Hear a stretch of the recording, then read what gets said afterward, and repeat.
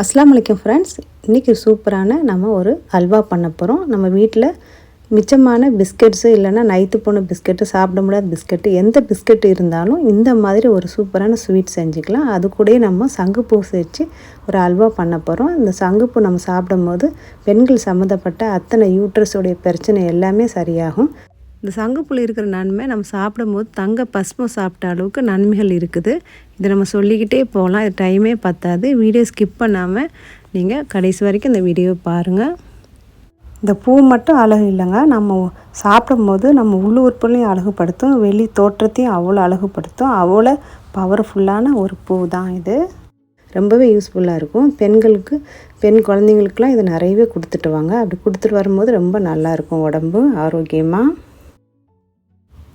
இதுக்கு நான் ஒரு 1/4 கிலோ கருப்பட்டி எடுத்திருக்கேன், பனங்கருப்பட்டி. இந்த கருப்பட்டியை இந்த கருப்பட்டியில் கொஞ்சம் மண்ணெல்லாம் இருக்கும், அதனால் நான் கொஞ்சம் 1/2 கிளாஸ் தண்ணி ஊற்றி இந்த கருப்பட்டி நல்லா இலக்கி நம்ம ஃபில்ட்ரு பண்ணி ரெடி பண்ணிக்கலாம்.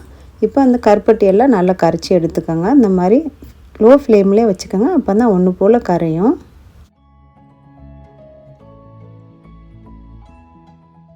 இப்போ இதுக்கு நான் நைட்டு போன பிஸ்கெட் தான் ஒரு 10 மேரி பிஸ்கெட் எடுத்துருக்கேன். இந்த மாதிரி உங்கள் வீட்டில் எந்த பிஸ்கெட் இருந்தாலும் இதே அளவுக்கு நீங்கள் எடுத்துக்கோங்க. இப்போ இந்த பிஸ்கெட்டை எல்லாம் நம்ம கொஞ்சம் நொறுக்கி கையில் எடுத்து வச்சுக்கலாம். இப்போ கருப்பட்டி நல்லா கரைச்சி எடுத்துட்டேன். இப்போ நம்ம தனியாக ஸ்டவ்வில் ஆஃப் பண்ணிவிட்டு எடுத்து வச்சுக்கலாம். இதுக்கு வீட் ஃப்ளோரு ஒரு 3 டீஸ்பூன் அளவுக்கு வீட் ஃப்ளோர் எடுத்திருக்கேன். இதுக்கு 1/2 கிளாஸ் பால் ஊற்றி இந்த வீட் ஃப்ளோரை நல்லா கரைச்சி எடுத்து வச்சுங்க, கட்டி இல்லாமல். சங்குப்பூ ஒரு 50 பூ பறிச்சிருக்கேன். இந்த பூவையெல்லாம் நல்லா 2-3 தண்ணி அலசிட்டு இந்த பச்சை காம்பு பச்சை இலையை மட்டும் நோட்டிடுங்க. நோட்டிட்டு சின்னதாக கட் பண்ணி ரெடி பண்ணி வச்சுக்கோங்க. இப்போ நான் இது எல்லாமே எடுத்துகிட்டு சின்னதாக கட் பண்ணி எடுத்து வச்சுக்கிறேன். இப்போ இதுக்கு நான் நெய் எடுத்துருக்கேன், ஆர்கே நெய். உங்களுக்கு எந்த வீட்டில் என்ன நெய் இருக்கோ அதை எடுத்துக்கோங்க. இதுக்கு 2-3 ஏலக்காய் அந்த மாதிரி தூள் பண்ணி வச்சுக்கோங்க. தூள் பண்ண அப்புறமா ஒரு ஸ்டவ்வில் ஒரு பேன் வச்சுக்கலாம். அந்த பேனில் ஒரு எடுத்து வச்சுருந்த 1/2 கிளாஸ் பால் இதில் நான் சேர்க்குறேன். சேர்த்துட்டு நம்ம மேரி பிஸ்கெட்டை நான் நொறுக்கி வச்சுருக்கேன், அந்த மேரி பிஸ்கெட்டை இதில் போட்டுக்கோங்க. இது நல்லா திக்காகும். இப்போ இதுக்கு இன்னும் கொஞ்சம் நம்ம பால் சேர்க்கணும்.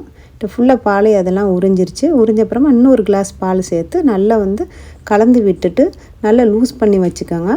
இப்போது நம்ம எடுத்து வச்சுருந்த சங்குப்பூவிலேருந்து பொடிசாக கட் பண்ணி வச்சுருக்கேன். அந்த சங்குப்பூ இதோடு சேர்த்து நல்லா மிக்ஸ் பண்ணிக்கோங்க. அப்படியே கலர் இறங்கட்டும். இப்போ நம்ம கரைச்சி வச்சுருந்த பாவை இதில் சேர்த்துக்கோங்க. டக்குன்னு செஞ்சலாம், ரொம்ப நேரம் எடுக்காது, ஒரு 10 நிமிஷத்தில் ரெடி பண்ணிக்கலாம். இப்போ பாருங்கள் அதில் எவ்வளோ தும்பு இதெல்லாம் இருக்குன்னு, அதனால தான் சொன்னேன் இந்த மாதிரி கரைச்சி ஊற்றினா நல்லதுன்ட்டு. இப்போ நம்ம இதில் கொஞ்சம் தண்ணி சேர்த்து அதையும் எல்லா பாவையும் இதில் எடுத்துடலாம்.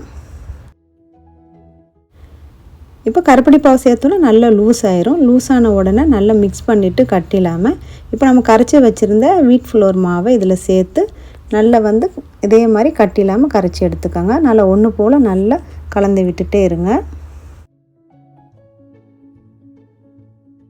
இப்போ எல்லாம் ஒன்றா சேர மாதிரி இந்த மாதிரி கலந்து விட்டுக்கோங்க. கலந்து விட்ட அப்புறமா இதுக்கு 2 ஸ்பூன் அளவுக்கு நெய் சேர்க்குறேன். இப்போ நீங்கள் கலந்து விட்டுட்டே இருக்கும்போது தெரியும் ஸ்பூனில் ஒட்டுதான்னு பாருங்கள். ஒரு 2-3 நிமிஷத்துல இது அல்வா ரெடி ஆயிரும். ரெடியான அப்புறமா இதுக்கு ஒரு 4 டீஸ்பூன் அளவுக்கு நான் மில்க் பவுடர் எடுத்து வச்சுருக்கேன். இந்த மில்க் பவுடர் நம்ம இதில் சேர்த்துக்கலாம்.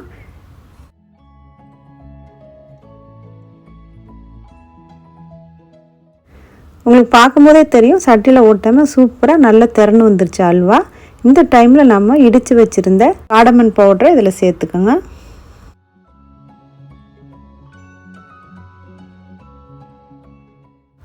ஸ்வீட்டாக இருக்கிறதுக்கும் நல்ல டேஸ்ட்டு நல்ல சூப்பராக வர்றதுக்கும் 1/4 டீஸ்பூன் அளவுக்கு சால்ட் எடுத்து இந்த சால்ட்டில் கொஞ்சம் தண்ணி ஊற்றி நான் மிக்ஸ் பண்ணிவிட்டு இதில் கரைச்சிட்டு நாங்கள் இந்த அல்வாவில் சேர்த்து நல்லா கலந்து விட்டுக்கோங்க. அப்படி கலந்து விடும்போது உங்களுடைய அல்வா ரொம்பவே சுவையாக இருக்கும். இப்போ கொஞ்சம் இதுக்கு கேஷ்யூ நட் ஆட் பண்ணிக்கோங்க. பசங்களுக்கு கொடுக்கும்போது நல்லா சூப்பராக இருக்கும் அல்வா. இப்போ 2 ஸ்பூன் நெய் சேர்த்துக்குங்க. நெய் சேர்த்துட்டு இந்த மாதிரி ஒட்டாத அளவுக்கு பருவத்தை பார்த்துக்குங்க. இந்த மாதிரி இருக்கணும். ஸ்டவ் ஆஃப் பண்ணிவிட்டு எடுத்துக்கலாம்.